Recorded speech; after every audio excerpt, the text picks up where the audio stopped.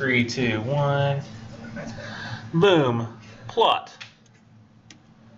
Or now. Okay. So, plot. Also, writing my fiction. I guess I should say first, those who submitted, the discussion post, I don't know if you've noticed that I've already graded your hello, this is who I am post, discussion post 0. But I haven't done the discussion post 1 yet. Because there were 100 of those. I didn't realize how many there were going to be. I was like, oh, I do have a lot of 1302 students, don't I? And I had to kind of piece that together in my brain. But that's quite a few, so I'll be getting those done probably over the course of this today. For some reason, I'm thinking still in Martin Luther King week. I keep thinking today's Wednesday, but today's Tuesday, so I should be able to work on those tonight. And then there's not really other grading stuff right now, is there, that I have to worry about? It's just that. So I'll be grading. Last night I did the Brit-Lit ones, and I graded their hello, this is who I am, and their this is what I think about the writings, because they were so short. There's like 11 of them. But tonight, all I have to grade is, I think, the 50 of you guys. Here's what I thought about the stories that are left. So that should be fairly quick, I think. Although if I keep falling asleep, like I did last night, the night before, who knows? I ended up just staying up at midnight grading until 2 or 3 because it was easier. So that's what I did. My family does want to see me. They're all about this show, The 100. Have you heard of it? They really want to watch it. They're like, it's a family show, so we have to watch it together. It's not like they can watch it without me, and I won't let them. I really like it. So like I go, well, I gotta go grade, and they're like, no, we have to watch another one. No, I'm sorry, I have to be the buzzkill. But plot's what we're talking about today.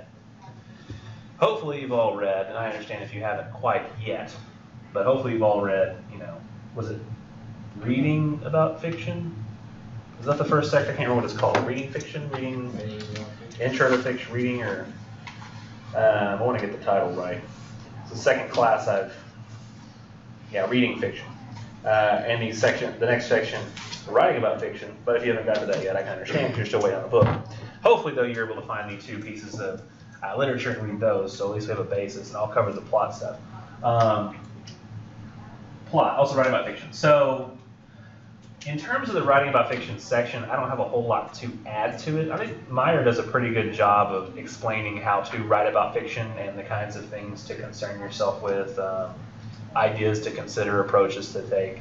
He even goes through, like, here's what a draft is, here's what a finished draft is, and, goes through, like, what you would change on the revising and the revision process. So it was pretty good.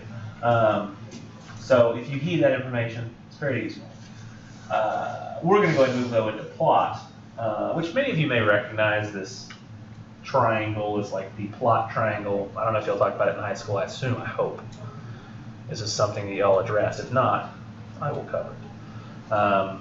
Some of you may think, oh, I know this. I don't have to hear this. Some of you may think, I've never seen this before and I need to. Or don't tell me that there's another one where you say, I haven't seen it and I don't want to. I don't care about that one. We're going to cover just, I have not seen it and I need to see it, Nichols. Please show me. These are more complicated versions of the triangle, I think, that are needlessly complicated. But they're the only versions that I could find that looked decent visually. So it's the full Freytag's triangle, and then the another alternate version of, I guess, trying to show how many different events can happen in a story. But really there are 5 things I'm going to be talking about today, and then adding to that discussion as well. But exposition would usually be at the beginning of the story. Rising action as this triangle begins to rise in terms of its angle. Climax, the top, that's where the biggest moment happens. And then you have quickly falling action and a resolution at the end, where it's coming back to the bottom. So one corner of the triangle at the top, and the other corner. So we're going to talk about that now. Now, according to the text, plot is the author's arrangement of incidents in a story. And what this means when we talk about plot is that we ask ourselves, why did an author arrange events in the way that they did? And we also try to talk about what that arrangement might mean, or whether or not it's executed effectively. In some cases, we might find that we don't feel that the plot has been executed effectively. like in Batman versus Superman or Suicide Squad. I think we already talked about last time when I was doing that fake discussion post about the problems that I had with the fact there's a character who's just not there. Just one second.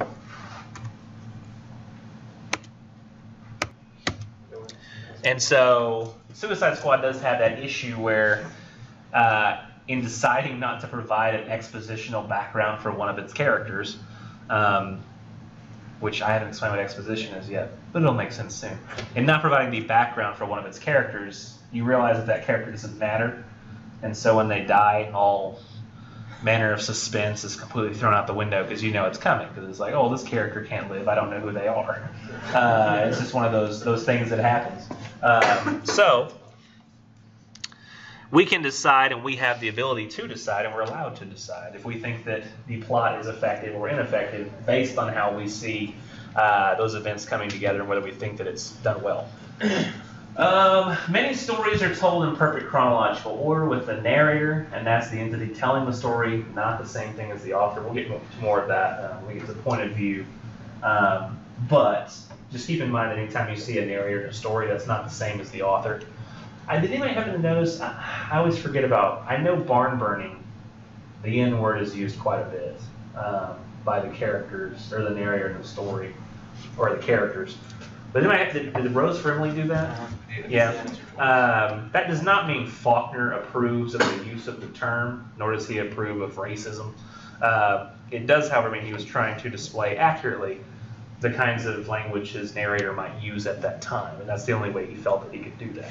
So it's good not to confuse the narrator of a story with the author, especially consider Emily Dickinson's Narrow Fellow in the Grass, which we read on Thursday. That's Emily Dickinson writing about a boy seeing a snake in the grass. I mean, even in poetry, the person we're seeing expressing the thoughts is not necessarily the author. This is true of Frost as well. So many stories are told in perfect chronological order, with the narrator providing any commentary on the events from a perspective that all of the events happened either in the past or currently in the present. However, not everything is in chronological order. There are ways to mess with chronological order and still have plot be effective. If you look at, I think that there's still a sample from Tarzan the book where they had this little Tarzan segment, and that's pretty much chronological order, the little segment that they include. However, Rose Frimley and Killings, neither one of those take place in chronological order. There is a chronology that it does follow, but then there are flashbacks that happen throughout and explaining things that happen in the future and the past that make it not quite chronological order. And some questions we need to ask ourselves when we're reading any story, really, or watching a film, other kinds of narratives. Is the plot, the arrangement of events, effective in the story? And if I don't think so, why not? We need to have reasoning for that. Like for a moment ago, I explained the guy from Suicide Squad not having a background. That makes it so obvious he's going to die, which removes any suspense. So that's my reasoning there as to why that's ineffective. And we should be able to get the meaning of the plot from those questions as well. Like, does it effectively communicate what it's trying to communicate through us, through the plot of the story? Sometimes we might say yes, sometimes no. And talking about how things can sometimes happen out of chronological order but still be effective, because I think here in a second I get the flashback, don't I? Yeah, so I'll be on that. Sometimes stories can take place completely out of chronological order and still be effective. Has anybody ever seen a movie called Memento? We have one Memento here. That is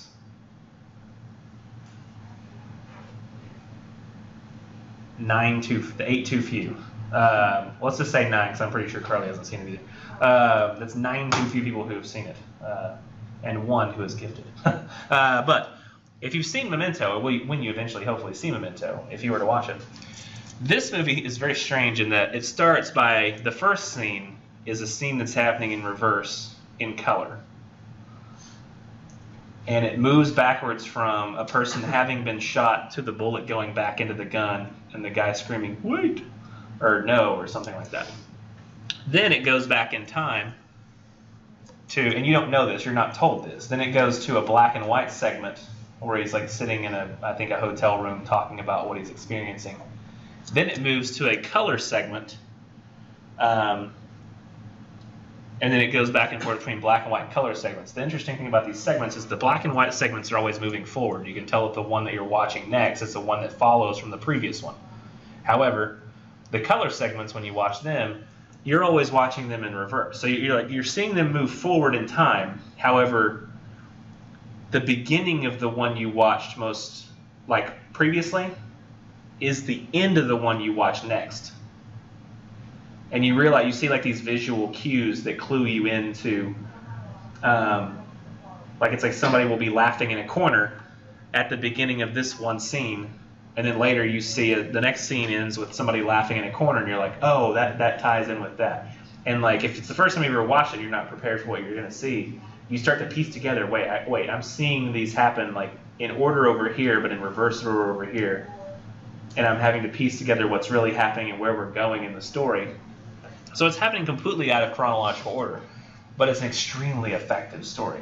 Because what the story is, and the reason it's told that way, is it's a story about a guy who has no short-term memory after an accident that he was in. He can remember everything that happened to him before his accident, but he can't remember anything beyond just 5 minutes or so that happened to him since the accident. And he's got all these tattoos on himself, so he gives him rules that he needs to follow, and he's got a little notebook he keeps on him that tells him, important details he needs to know. But other than that, he doesn't remember anything that's not from the time he had the accident or before, which is horrible. And so a way that the director decided to make it where we would feel exactly what it feels like, or as close as possible to understand what it's like to have short-term memory loss, gave us this strangely disjointed story where everything's happening out of order, yet still telling one collective story that we get to feel what he feels, and it's confusing on purpose. But it does still, if you watch it multiple times, you go, okay, now I'm starting to understand exactly what happens, and it makes sense. It's a serious version of 51st Dates. Yes, it's like the serious version of 51st Dates, which I believe did come after Memento. And it was nominated for, Memento was. And I believe it won. I don't know if it won Best Screenplay, actually. Hey Siri, did Memento... I hiccuped in the middle. Hey Siri, did Memento win the Academy Award for Best Screenplay? I found one selection. Memento. Useless. I found the movie you're talking about. Thank you so much. Because I'm very curious. I generally find that the movies that I find most interesting every year are the ones that have won the Academy Award for Best Screenplay. Or at least the ones that are nominated. Now, I was nominated for 2 Oscars but didn't win. Well, but now I have to know who beat it that year. Academy Awards 2002.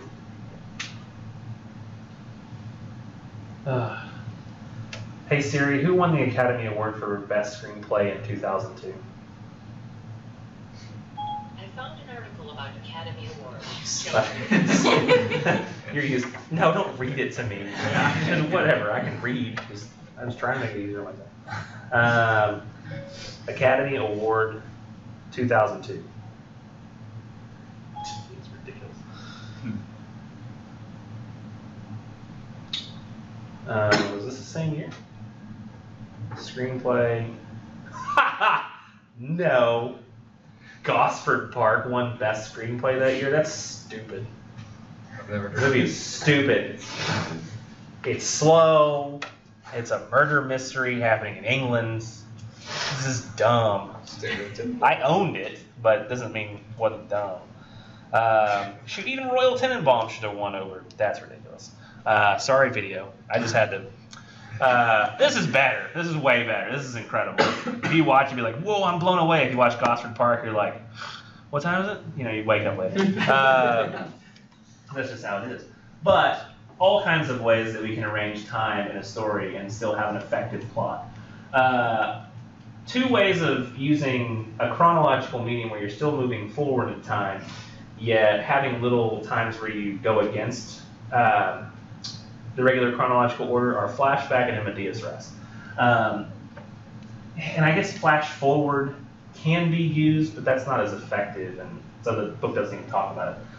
Flashback is when you jump backwards in time to an earlier time, and then you go right back to the normal chronological order, which I think we see happen fairly often in films. I think the best example of flashback I've ever seen, not necessarily in terms of how effective it was, but the ease of identifying it, is a movie called Sophie's Choice. Has anyone ever seen Sophie's Choice? No. It's a movie about a woman. She came from, I think she was like Polish, or I think she was Polish. I'm just going to stick with that. And there's a guy who meets her, and like I think they end up living in the same house together. She has like a room for rent or something, or they become friends, something like that. And you get little tidbits about her past, and she's very like, she's got this interesting attitude and feeling and thoughts, and you wondering like, why is she like this? How did she get over here? And it gives you little flashbacks every once in a while to tell you what the reasons were for her coming over here and having these feelings. And in the very last flashback you see, it's like she was in the Holocaust, or she was about to go to like one of the camps, and they were going to take her, or she said, oh, my son is supposed to be on this train. He's going to go and become one of the officers in one of the camps. So because she had been bribing this guy to try to protect her son, and she was going to keep her daughter with her, I think. And the Nazi officer didn't like that, and he says, well, how about I'm going to shoot one of your kids right now. Just tell me which one. And she's like, what? He says, I'm going to shoot one of your kids, but you have to tell me which one. If you don't choose, I'll shoot them both. And she's like, what? Do it. And just like going back and forth, and it just says, I'll ruin it for you. It's still not that great a movie. I didn't feel like it was that great a movie. That was okay. She ends up choosing him to shoot her younger daughter. He shoots her, and then she lets the older son live. I think she felt like it would have been too hard for her daughter to come back from that, but the son had a chance because he was going to get through that officer camp. It was awful, though. It was terrible. But that being an effective flashback near the end to show exactly why she's so messed up and why she has such, the feelings that she does. But I think that's the best example I've seen of just in terms of textbook, like what does flashback do? It just jumps back in time, and then we keep seeing jumps back in time to help illuminate what's happening in the story. In terms of Batman movies, in case you were curious there, Batman Begins starts off with a whole lot of flashback, then moves into a more chronological mode after we establish how he became Batman and why he's Batman. He's flashing back to his childhood, then like close to now, and then like just after his the trial of the guy who killed the parents, and then stuff like that. It keeps jumping back and forth. How he became a ninja, because Christopher Nolan was like, why don't we just like cover why he became a ninja? Because that's suddenly just Bruce Wayne's a ninja, and nobody ever figures out why. So it's probably a good thing to cover. The comics really hadn't fully covered that before. But with The Dark Knight, it's interesting because that one's just told strictly chronologically. Both, I think, are effective. Dark Knight more effective. But there are different ways of going about things in that regard. Now, in medias res is a bit different. In medias res is Latin for in the middle of things. And when you start a story in medias res, it means we're starting in the middle of events already taking place. This has an example here, but mine's better. Even though I wrote that one too. But The Dark Knight is a great example of this, as it starts in the middle of a bank robbery. And we don't know why the bank's being robbed, who's robbing. We assume maybe the Joker's involved because there are clown masks, and we're right. But we're not really told exactly why this is happening, what for. So it's a pretty effective way to start a movie because it establishes how cold and calculating and just chaotic, I guess, anarchical? What's the? I think anarchical. I don't know. I would think anarchic. I I know that he's an anarchist, but I don't know if there's an adjective form of anarchy. I wouldn't use cold and calculating. Although anarchical does have a nice sound to it, doesn't it? That's it. I'm not sure. Anarchic is an adjective. Less commonly, though, the word anarchical is used. So either one apparently is usable. So there's no real right answer. But if you're using it as an adverb, and this is probably why people use the word anarchical, is because the adverb form is anarchically. Anarchically. Oh man, that's not fun to say. As we'll find out later in the poetry section of the course, I would consider that to be a cacophonous word, meaning that these sounds are not pleasant to the ear. Anarchically. So, in medias res, when you start in the middle of something. Normally, yes, it would make sense to know what led these characters to this act. Why are these people robbing this bank? What's the point? Why is the Joker choosing to rob this bank? Once we find out it is the Joker. But just getting it started and having some motions moving, sometimes the suspense of that, not really knowing what's going on or why, starting us in that form of chaos can be effective. This is especially used, you'll notice, in... Does anybody know of a genre of something that uses this quite a bit? Horror. Oh yeah, this is right there. I was trying to cover it up with my hands. There's no way I can. So horror films actually use in medias res a lot, often just as a way to get suspense built, because you see, the movie starts with somebody running, and you're like, what are they running from? Why are they moving so quickly? Is there something scary behind them? And you see them run, and all of a sudden, no, they're murdered. And you're like, oh my gosh, there's a killer murdering people. And then after that, the suspense is built. You're like, there's a killer. What do we do? So you're like more invested in the movie. Usually, you don't see horror films start out with just a very simple, calm nature of things. I don't remember if Conjuring starts with something violent or scary, or if it starts slowly and builds. I think that Conjuring started slowly and built. I think Jeepers Creepers started slowly and then built. That I haven't watched. It's been forever since I've seen it, but I think it started slowly. Most horror movies now try to use that trope, that in medias res, to get you, freaked out in the beginning, so you'll stay freaked out. But they don't all do that. Now what they do is they'll show someone running, and then they'll get home and they're just jogging, and then they die. What? That's weird. Oh, it's just jogging. It's not scary at all. Oh, they're still dead. Yeah. So speaking of in medias res and horror, I don't know if you've ever heard of Wes Craven. I want to say Wes Craven did Nightmare on Elm Street. Yes. That he did? Okay.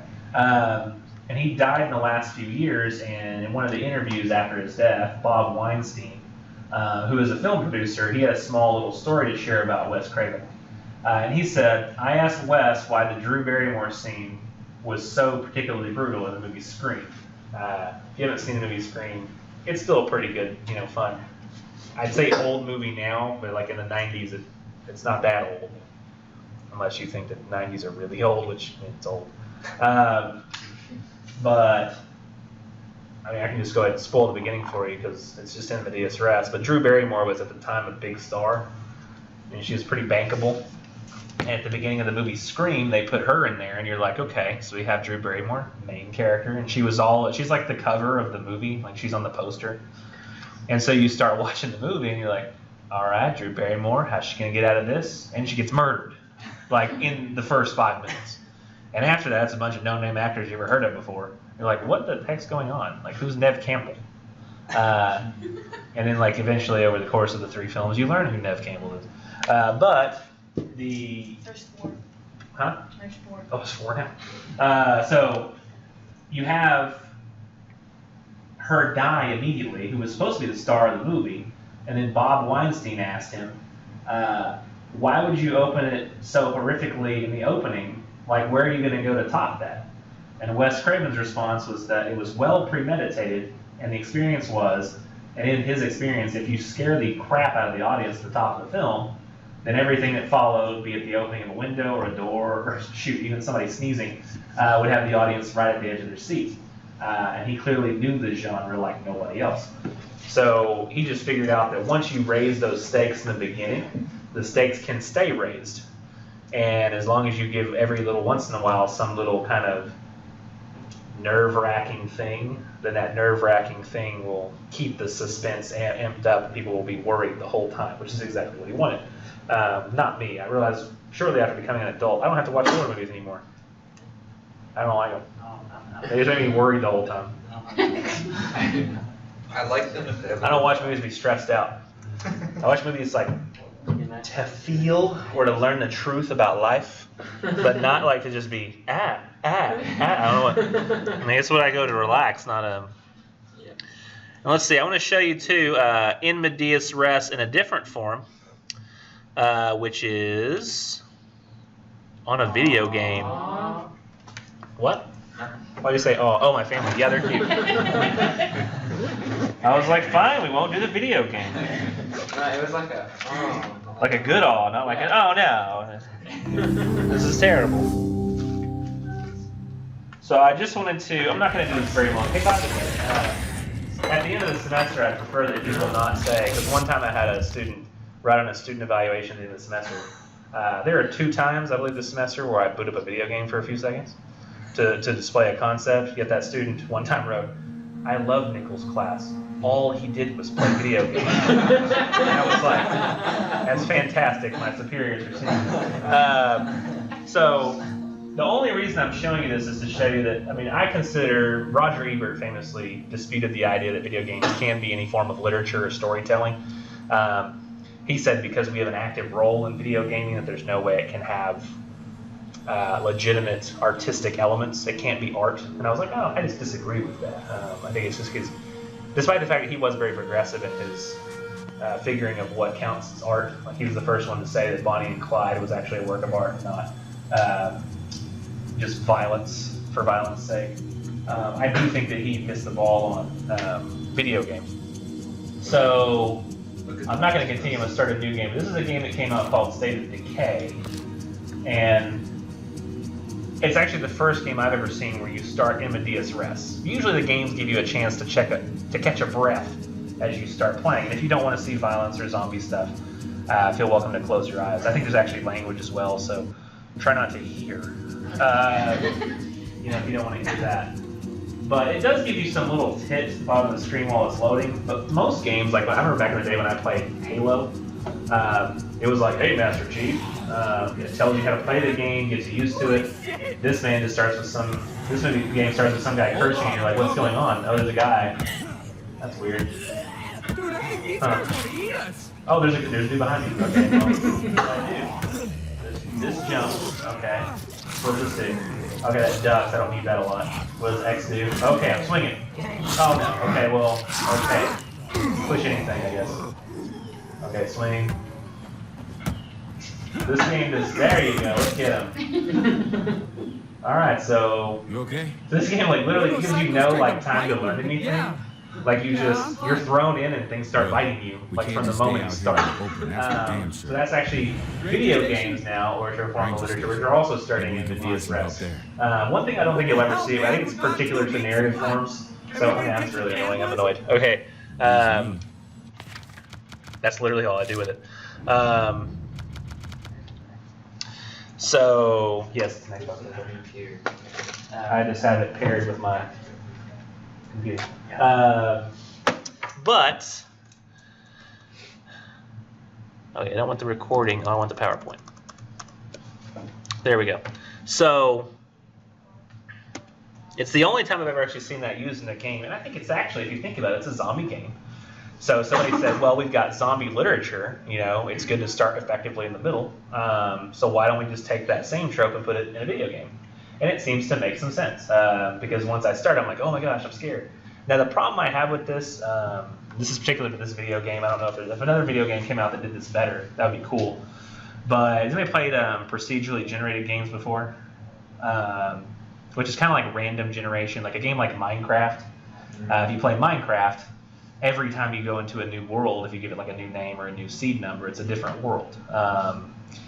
Additionally, there are other games like Diablo. When Diablo first came out, it had procedurally generated dungeons with different magic items you could find every time you play and a different layout, which made it very interesting. You could start the whole game over and still have fun because it's brand new. I wish this game was like that, where it was procedurally generated, so every time I started the game over, I would be like, oh no, what's happened? I've started this. I've literally never played more than that amount of time. I don't know what's up the hill. I've never gone there. But every single time that I've played this, I know exactly what to expect. It's the same beginning every single time. I just wish it was more procedurally generated. Maybe you didn't even have a story where I'm like, what's going on? But they've done what they can with the concept. And it's still the early beginnings. I'm sure you'll see that in the future for games as well. In terms of moving on in time, we have exposition, and we're going to get to like the plot words. So exposition is that background I was talking about. It's the background information the reader needs to make sense of the situation in which the characters are placed. Rose Frimley gives us just enough to get going. It tells we have Emily, and she's died. That kind of happens a little bit in the Dies Irae, where the funeral and like what's going on. And right after that, there's some exposition that's needed to explain who she was, why everybody turned up for a funeral, like why the whole town turned up for a funeral that nobody knew, or that nobody ever really hung out with or talked to. And we learn that she's this old Southern debutante who had quite a colorful personality, refused to pay taxes, and we start getting that kind of information over the course of the story. Like, oh, that's why people go to her funeral. And now more exposition is revealed throughout the story at key points, that she never left her house. That's interesting to note. That her father had died, that she took on a lover without marrying him, and then he left her, etc. They become essential to knowing the story and what happens, and who exactly she was. But we're given just enough to get going, and who's this? It's almost like a story about who's this lady? What was her life all about? And then we kind of get the whole story is like building exposition throughout to figure out who she was. It kind of reminds me in a way of Citizen Kane. Have you ever seen that film? Probably not. Maybe some. But it's the story of like a man's life and like what he did in his life and why he lived the life the way that he did. It's kind of similar, I guess, in the terms of the structure about one character and learning about that character through the course. Rising action is once you have enough exposition given in a story that things can start happening, rising action begins. It begins with a complication. Hold on a second. I'll try my average. Begins with a complication that intensifies an existing situation. So in Killings, the complication is that Frank Fowler's killer is released on bail, which complicates the story. It makes Matt's wife very upset. And if Strout's allowed to walk around the streets and visit the same grocery store as his wife, well, that just won't do. We have to do something about that. So we now see the conflict. Something has to be done about Strout. And even in like those horror movies that started Medias Res, usually right after we get the exposition for the new characters who pop up, like maybe they're on spring break and we're going to a cabin out in the woods. You got to start learning some exposition, but then we see rising action happen shortly after that, which is some sort of conflict. And usually you're not going to see rising conflict until you know at least a little something about that character. It's just kind of how it works. Conflict is what causes the rising action, essentially. It's the struggle between the protagonist and antagonist, which I'll talk about in a minute. It's essentially like saying the good guy and the opposition to the good guy, or like the main character and the opposition to the main character. The conflict or the struggle between those two soon emerges from the rising action. So almost all stories have to have a conflict. Many can get away without a number of other things, but without conflict, there's nothing to be resolved. There's no reason for a story to exist. So I don't know if you ever thought about this before. Like, what if somebody wrote a story where, there's not like any conflict, just a man living his day? Like, what would that be like? I'll tell you what it's like, because I read a story like that one time where somebody just experimented with it. Very boring, no good at all, horrible. You're like, how fun would it be to read something where nothing interesting happens? About as interesting as it sounds, and it's not interesting at all. So we have to have conflict to make things interesting. Even on something that, has anybody heard of Big Brother, the TV show? I watch Big Brother almost religiously in the summertime. I listen to a podcast about it. I pay for the live feeds, meaning that it's a live stream of the house and cameras that are in that house and what the people are doing in the house 24/7. What the game essentially is, it's like a game show, technically, where they take 16 people in a house that casting agents have found probably will have some sort of conflict based on who they are, what their lives are like and stuff. And they throw those people into a house together. And it's wired up with cameras. And week by week, they will vote out one person in this house. So week 1 they'll go from 16 to 15 people. Week 2 they'll go from week 15 to 14, and 14 to 13, 12, so on until we get down to like 2 people. And then like the last 7 people who were voted out before that will all vote on which one of those 2 people who are left in the final 2, as they call it, will be the winner. And I had somebody in a previous class say, oh, so it's basically a popularity contest. And the reason I watch this show is because it's exactly what it's not. It's not a popularity contest. And you think that it would devolve into that. You'd think, well, everybody's just going to choose who they like the most. The problem is people are very cognizant of those sorts of things. So if somebody recognizes that everybody likes this one person, everybody goes, oh man, if they make it all the way to the end, they're going to get voted for. So you don't want to be next to that person that everybody likes, so you start trying to figure out how to get rid of the person everybody likes. And if somebody's really annoying and you can't stand them, you start figuring out, how do I become their best friend, so if they're figuring out who to get rid of, they won't want to get rid of me, and then I can sit next to this idiot in the final 2. And everybody will be like, well, I don't want to vote for the idiot because they're dumb. I'll vote for this other guy because he's not, I don't like him either, but he's better than the idiot. So people figure out all these different complex ways of figuring out how they need to get to the final 2 and get the $500,000 that comes along with winning. That makes it interesting, because the reason I started watching the show was there was this one woman, very annoying. I couldn't stand hearing her talk, and she always talked like that, and like really, it pissed you off. Like I was angry every moment she was on screen.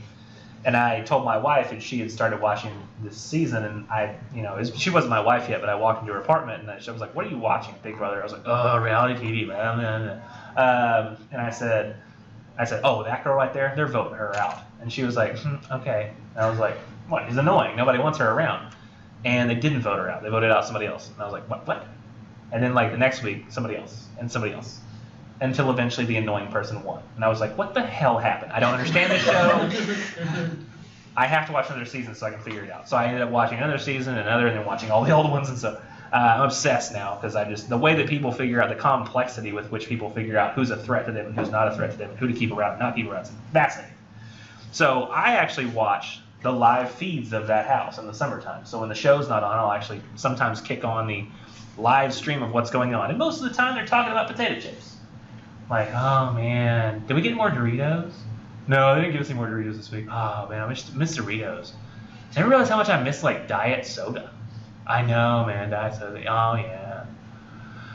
I think I might go lay outside. Did they open the backyard yet? Oh, I don't think they opened it yet. I think they're still making like tearing down last night's competition. Okay. Well, I'm so hungry. And then just most of the time you see crap like that going on. But there are little nuggets of beauty where like somebody will walk out of the room and like, well, I guess I'll go try to make like some nuggets from last night. Maybe there's still some left. Oh, okay, cool. And somebody sees that person leave the room, and they come in the room and go, did they mention it all? Were they suspicious at all about the fact that they're going home? They're like, I really don't think so. He's pretty calm and cool. He's just talking about food. He seems whatever. All right, cool. Just make sure we keep touching base. Just check and see if they ever get suspicious. We have the story about John over here who did the thing, so we can blame it all on him. Yeah, that's right. We can do that. And they make these like crazy alliances and like start having secret conversations like in little quick moments while people aren't talking about potato chips. And then like they leave. So it's like it's fascinating.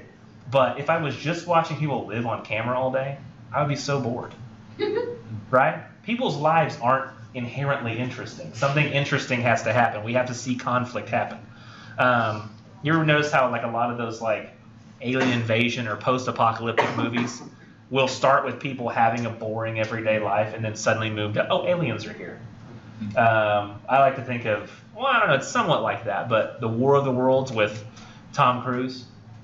Overall, I don't like the movie, but even though Steven Spielberg directed, he's really good. But there's the beginning of the film, which is just he went to go pick up his kids because he has custody this weekend, and like they don't want to be there. And I'm like, this is so boring.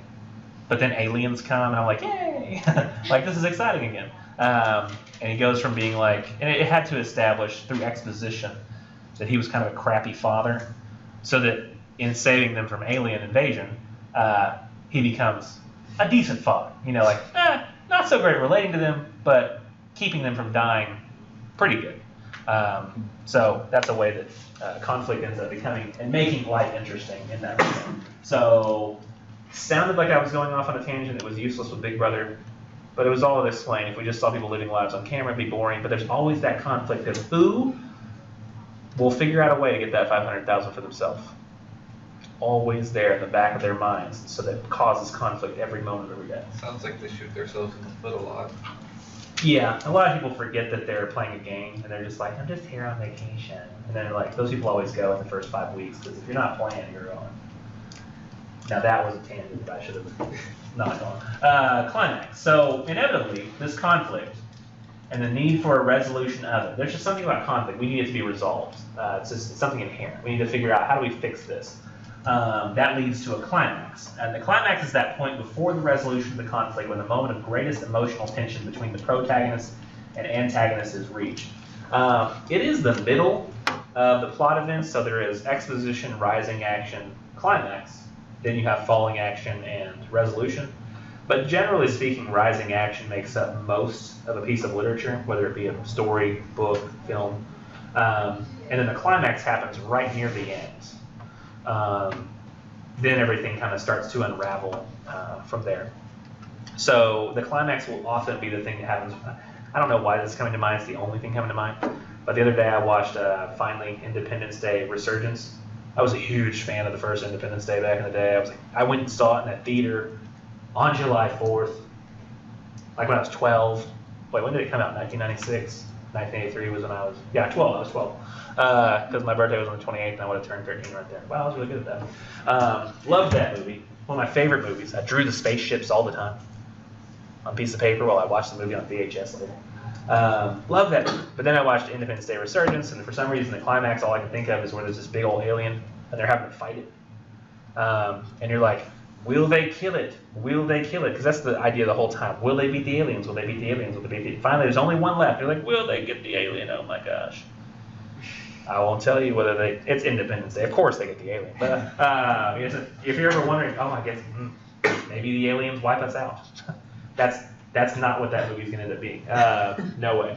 Not a movie called Independence Day. If it was called Everybody Dies, then maybe. It'd be interesting if they did end it that way. So actually, It'd be interesting if they did end it that way. It would be interesting, but people would be like very disappointed. Because you still have to give a reasonable expectation that that kind of thing would happen, and they just don't. In fact, everything from you get in the climax has to follow from the previous events. You can never throw something like a complete loop that doesn't make any sense. Which is why, and I won't explain what these events are, which is why in Game of Thrones, with the event at the very end of the first season, and the Red Wedding in season 3 are such effective moments because you're given every piece of the puzzle to believe that that should happen, but your brain wants good guys to win, so you convince yourself that that can't happen throughout the. You're like, oh, I'm perceiving the story correctly, but you're misperceiving the story. Climax should always be a result of the previous rising action.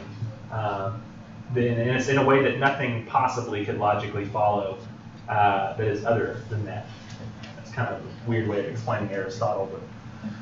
But in Killings, it's when Strout tries to run, like, he's got him, he gets him out of the car, and then Strout tries to run, and boom, gets popped in the body, and then once in the back of the head. And that's the climax, is when he actually kills his son's killer. Because that was the rising action. Somebody killed your son. He's out on bail. What are we going to do about it? That's kind of what gets that story going. And we're like, we have to know that something's going to happen with Strout by the end. Whether he gets killed, whether he gets sent off on a train to go live somewhere else, something's got to happen. That's what the climax is. Yes? What about in stories whenever there's not really a climax because it ends before it's over, the story is just over.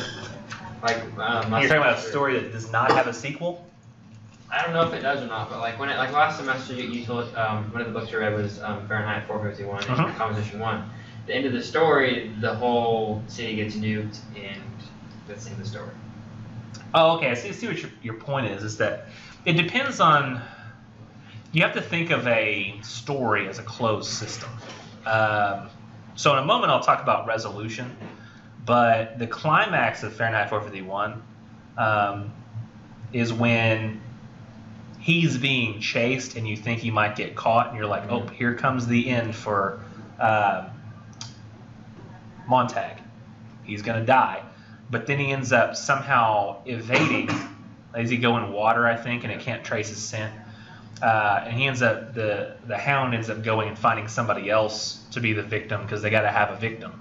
It's kind of like they say, it's almost like that even that little internal story we have to catch somebody. If they don't catch anybody, then nobody's interested or will watch anymore. So Montag ends up getting away.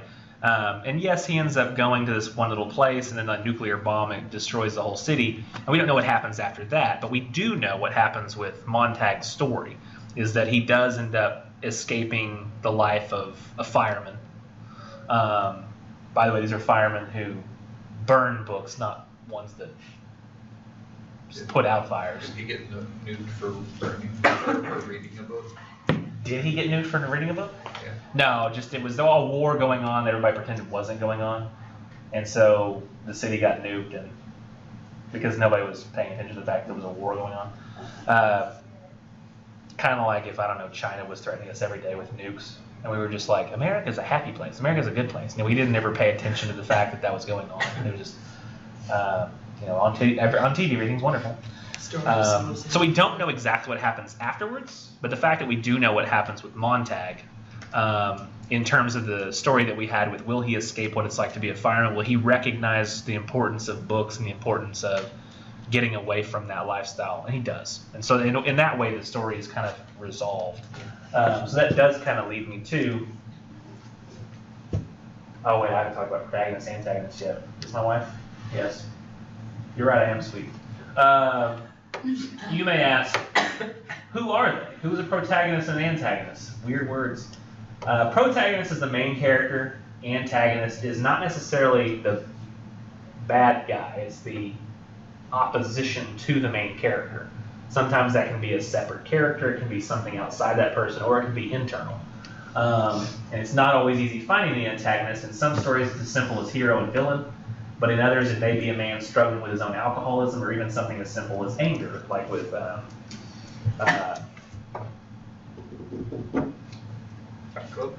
Fowler, my word, Matt.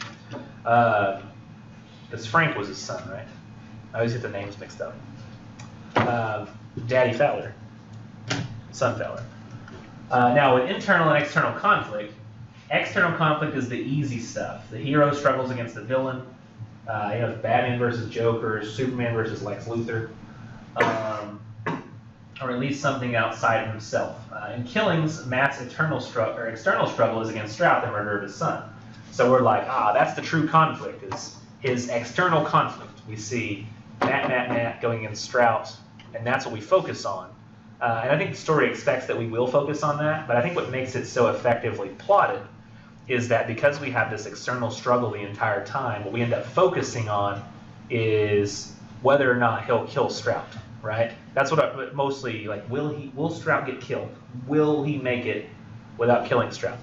We actually kind of probably want Strout to die, right? Because he is a killer, That's kind of what we're looking for. So internal conflict is the more difficult one to find. In Killings, Matt struggles against his anger and ultimately loses.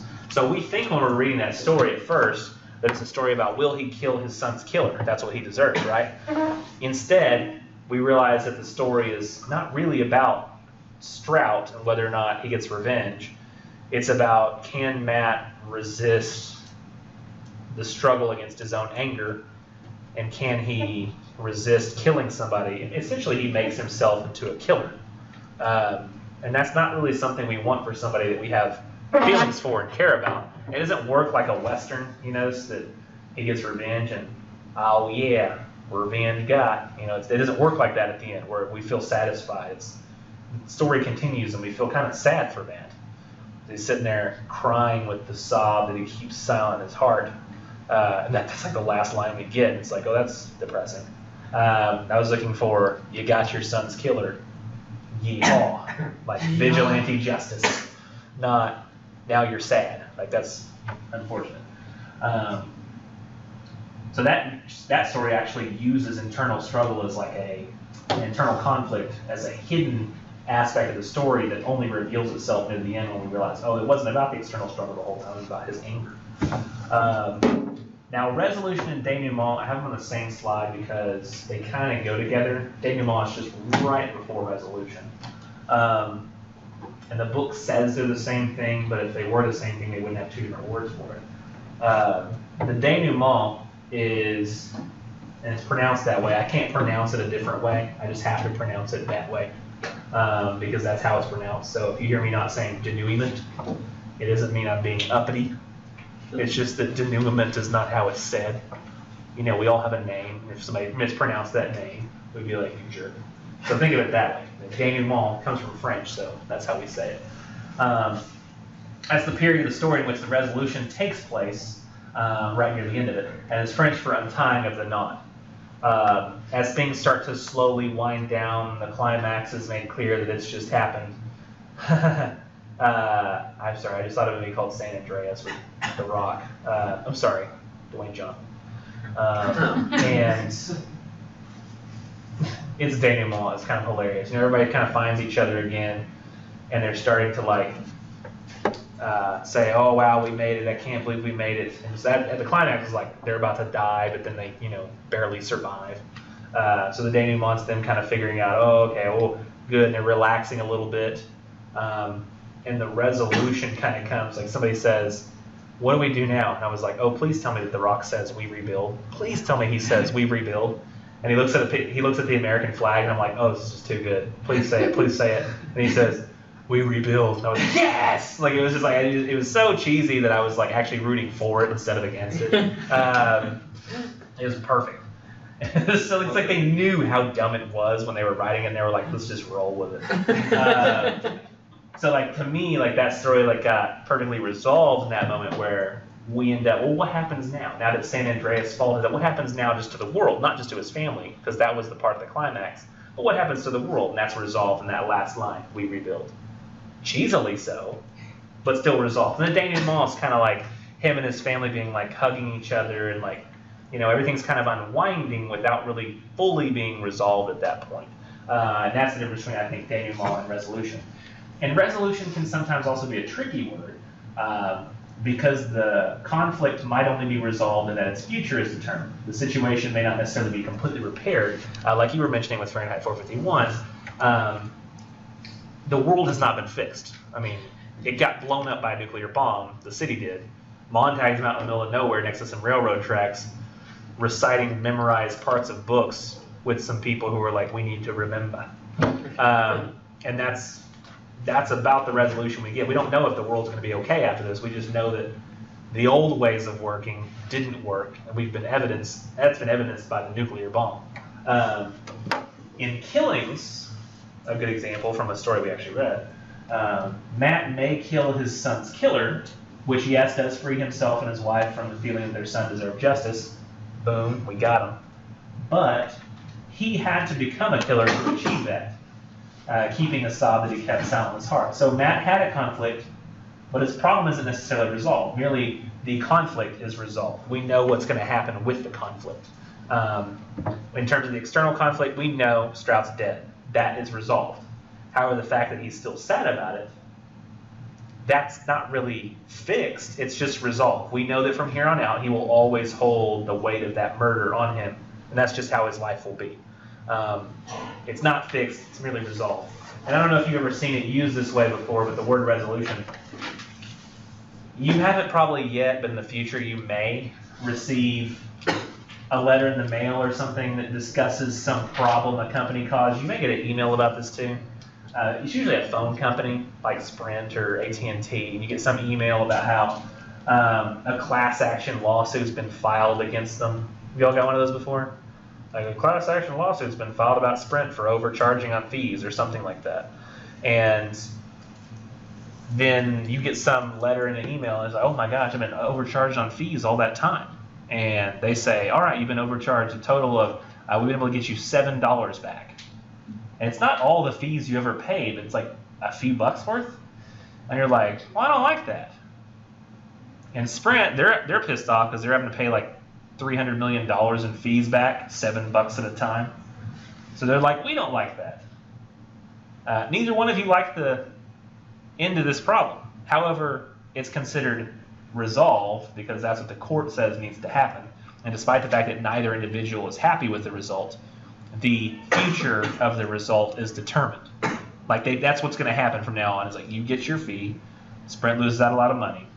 That's what's going to happen. Doesn't mean that you're happy with it. Just in always in every single case, it's satisfying. It just means that it's resolved. It's fixed, or not that it's fixed. It's just the ending has been determined. Suspense. So the use of plot when each of these moments is reached in a story, if each of these moments does exist, sometimes they're left out, determines its level of suspense or the anxious feeling in the reader about what will happen in the story.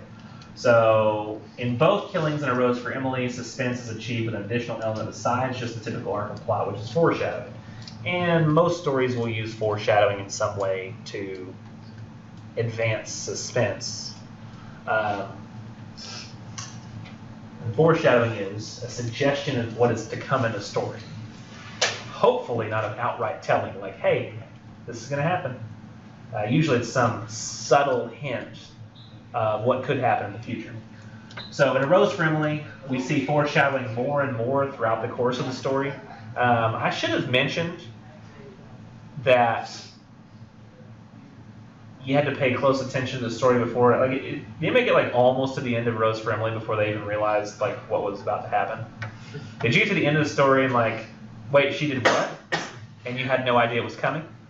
Well, there's those little hints of foreshadowing along the way you have to pay attention to and be kind of open to the possibilities in order to perceive them correctly. So at first it said her lover left her. And you're like, okay, Emily lost her lover, poor thing. Then later her lover was last seen going into her house. And at that point I remember going, I guess nobody ever saw her. Not a big deal. Nobody saw her leave. Must have left in the middle of the night. Probably surprised her.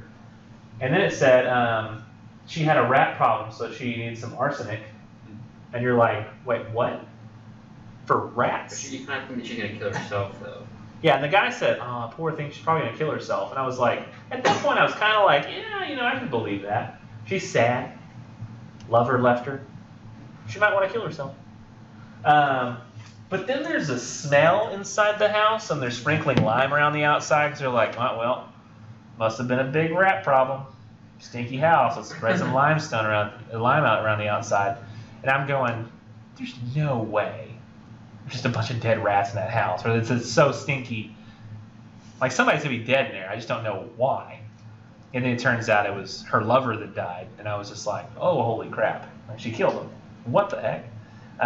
And the foreshadowing there is so subtle and effective that the suspense is built, but you're kind of going, what exactly happened here? And I think it's actually even more effective the second time you read it, which it seems strange to say. Suspense can be built the second time you've read something, but you're watching for those little bits of foreshadowing along the way. And you go, oh, there was one. Oh, there was one. And you just keep catching them, and it's actually more fun to read additional times.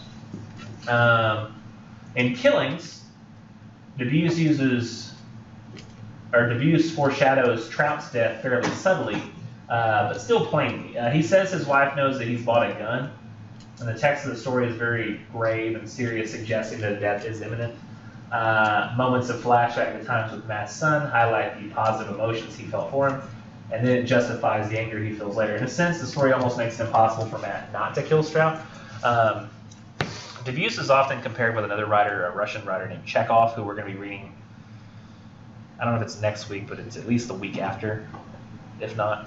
And Chekhov wrote a story called Lady with the Pet Dog, and many other stories, but he was often talked about for how objective he was as a storyteller. Like in the 1800s, Chekhov was writing stories about, like, say, robbers, where he wasn't judging the robbers or saying that robbing is evil, or he didn't have the people getting in trouble at the end of the story. In fact, Lady with the Pet Dog is about a couple of adulterers, and it's not really, we don't ever see the adulterers get punished for what they're doing. And there's something about when we read and we see people doing things we don't like, there's something satisfying about seeing people get what they deserve. And when we don't see people get what we feel like they deserve, like they're just talked about as like real people who have, they just happen to be robbers, they just happen to be committing adultery, but they think it's the right thing for them. Like, we're like, what? What's going on? Morally judge them, writer. We get really irritated. Chekhov was the first one to really do that, and then Debus was spoken about being like, Chekhov's like, not descendant. What do you call somebody? Ascendant. What do you call somebody who's come from another person? Pupil. I think that's what I'm really going. Like basically Chekhov's pupil. And that Debus, writes this story. If you think about it, do you really feel at the end of the story like he's saying Matt is a terrible human being for what he's done? I don't get that sense. I get the sense that it's like a very sympathetic look at he didn't realize what he was doing. He's killed that guy. And now it's going to weigh on his heart forever. Poor Matt. Right? I don't get a sense of like, terrible murderer, you should get what you deserve. You're going to prison, Joker. Like, it's just not like that. It's like we feel bad for the guy at the end. It's like, poor guy. He just murdered somebody. And it's just like the effect of the story is that's how the suspense is used, how the suspense is built, how the foreshadowing is used. Oh, and I should mention as well that Chekhov once said too, if you have a gun appear at some point in the story, eventually that gun will have to be fired. I know what you're talking about. Yeah, he's famous for that quote. I recognized when you said the name, but I couldn't put two and two together until you just mentioned the gun. That's probably the quote he's known for the most, is saying like, if you bring up a gun, it's going to have to eventually be fired. And I think he has a specific, he talks about what act of a play it would have to be fired in, or what act of a story, but I don't remember exactly which act that is. I think he says if it's brought up in Act 1, it's going to be fired by Act 4 or something like that, but I can't remember the particulars of that. But, in essence, if you see a weapon like a gun pop up in a story, you know it's going to have to eventually be utilized. What do I have next? So I want to talk about, too, like, I watched a movie one time that had a very effective and subtle use. That sometimes we see stuff that's not subtle, like it's just too obvious. And that is horrible to watch, and we don't like that. Horrible to read as well. Or, oh gosh, I know this is coming. But other stuff, like, has anybody ever seen a movie called The Town that Ben Affleck directed? You should go watch it. There's a fantastic scene with a tattoo. I never thought a tattoo could cause such suspense. But Ben Affleck and his crew, they go rob a bank, and they take one of the tellers as a hostage so that they'll let them leave with the money. And they leave with the money, and then they drop this teller off. And they want to make sure later that they know that she didn't remember anything from the event or have any useful information on them. So Ben Affleck goes in, without his robbing clothes on, goes and sees her like at a washateria or something, or a restaurant, and strikes up a conversation with her, and comes to find out over the course of the conversation that she remembers the robbery, she's talking about it in great detail, but she doesn't know a whole lot and doesn't even recognize his voice. So he ends up liking her a little bit and kind of starts a relationship. Now, he does find out that there's one detail she does remember from the robbery, and that's that one of the guys of his crew had a tattoo on the back of his neck. And he starts seeing this girl kind of secretly without telling his crew. And one guy just happens to happen upon them when they're out at like a restaurant eating outside in like the little outside dining area. And he comes up, and you see him walk, and it shows like the tattoo on the back of his neck. And you realize if she sees the tattoo, she's going to know that that guy was involved in the robbery, and probably he is as well. So he's coming up with these creative ways of like trying to shield her from seeing his tattoo, and like pats the guy on the back of the neck, and like all these kinds of different things, and like moving the positions of their bodies and stuff. But that whole scene, you're like riveted for like 2 minutes on, is she gonna see the tattoo? Oh my gosh. And you never thought like, I recognize the tattoo. Like, but that's all you get in terms of like the foreshadowing. It's very subtle and very, not something you think is gonna be a big deal later. But later you remember, oh wait, she knows the tattoo. And it shows the tattoo again to remind you. And then it becomes this big like moment where you're going, what's going on? And so it's a riveting moment. And sometimes that stuff can be used really, really effectively. It's really cool. Now, one thing that's great about plot is it's pretty malleable. And that means shapeable or changeable, specifically with things that work just as well when changed as they did originally.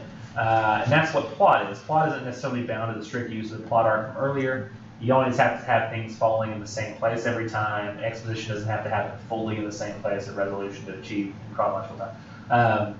And it's really about the chronology here in terms of malleability of plot. Like, You can have a movie from start to finish, takes place in time, or you can have something here like Memento, which takes place in scenes that none of them are really connected through time at all in terms of the film. It's like one big movie full of just flashbacks and flash forwards that are hard to make sense of, but it's still effective in terms of its subject. And plot is just a tool by which to achieve the effect of the narrative, and it can be changed to either challenge your writer or reader or to entertain in a surprising and fresh way. But the important thing is that you explore, oh, I missed a word. The important thing is that you explore and try to understand why an author chose to plot a story in a particular way. And sometimes, this is what we'll definitely find this semester, the most challenging and original writing is the most beneficial and ultimately the most satisfying. For example, I should mention that, and you might forget by the time you end up reading it, but the plotting that we have coming up of 3 stories next week are, I mean, so Rose, for example, Rose for Emily was difficult, I think, if you don't know what you're going into, and maybe you should have explained that, but you don't recognize there's supposed to be quite a bit of humor to that story, and knowing that it's humorous kind of helps you understand the plot, helps you kind of predict what's going to happen. And the stories we have coming up next week, which we're still going to talk about these, this week, but next week we have 2 stories that people always find really interesting, which are Good Country People and Good Man is Hard to Find, both by the same author, Flannery O'Connor. And they're pretty interesting in terms of their plotting. She has this thing that she likes to do with a lot of different stories, where the first half of the story is completely different than the second half of the story. It's kind of effective. But people always hate the other story called Bartleby. Anybody read Bartleby before? No? It's a guy who doesn't like to do what he doesn't like to do. And people think it's an extremely boring story. But this time I want to tell people that, like, you're supposed to think it's funny. Like, there's supposed to be some humor in it. So, like, when you're reading Bartleby, look for the humor and the irony. Because that can make the plot more interesting, just knowing the tone and stuff like that. And, like, there's a little foreshadowing to what might happen later. But it's fine if you end up reading any of those 3 stories or any of the future stories and determine that you don't like the way the plot's laid out. You think that there's something missing or something that could be done better. Although I would caution you, in most of our stories, don't ignore the last page and a half after the climax. That's the thing that people usually do that causes them to get bored or not realize the value in a story, is they don't pay attention to the last page and a half. I don't know why the last page and a half. It's just once they hit the climax, people go, well, I'm done. No need to keep reading. But I do think that there's all kinds of ways they can be effective this semester. There are some plotting examples that I might want to show next time, but I don't think I have time to get to that today, so we'll just wait and we'll do that on Thursday. So you'll have an excellent day, and I'll see you then.